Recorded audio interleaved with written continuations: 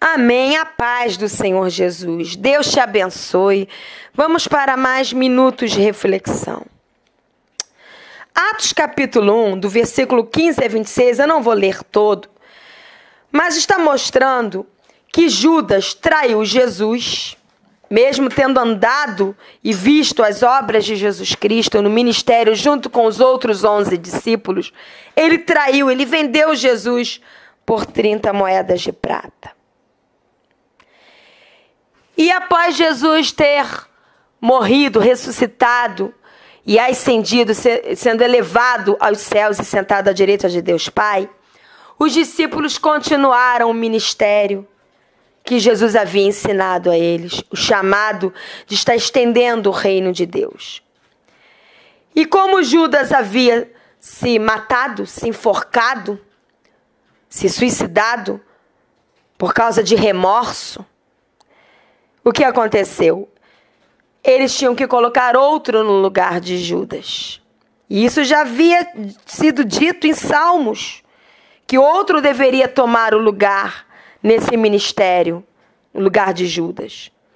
Então, vamos ler do versículo 21 ao 26, diz assim: É necessário, pois, que dos homens que nos acompanharam todo o tempo que o Senhor Jesus andou entre nós, começando no batismo de João até ao dia em que dentre nós foi levado às alturas, um destes se torne testemunha conosco da sua ressurreição. Então propuseram dois, José, chamado Barsabás, cognominado o Justo, e Matias. E orando disseram: Tu, Senhor, conheces o coração de todos. Revela-nos qual destes dois tens escolhido para preencher a vaga neste ministério e apostolado, do qual Judas se desviou, indo para o seu próprio lugar, a morte. E os lançaram em sortes, vindo a sorte recair sobre Matias, sendo-lhe então escolhido, dado a ele lugar com os 11 apóstolos. O tremendo aqui que nós vemos é que Judas traiu e morreu, e outro deveria ficar no lugar entre os apóstolos.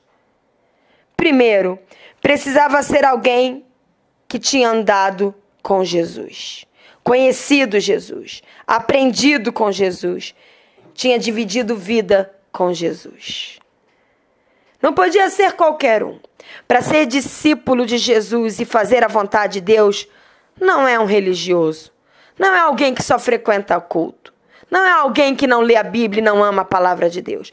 Precisa ser alguém que tem vida com Jesus, que ama a palavra de Deus, que valoriza a palavra de Deus, que a lê todo dia, que aprende aos pés de Jesus, que tem desejo de ser cada vez mais parecido com Jesus.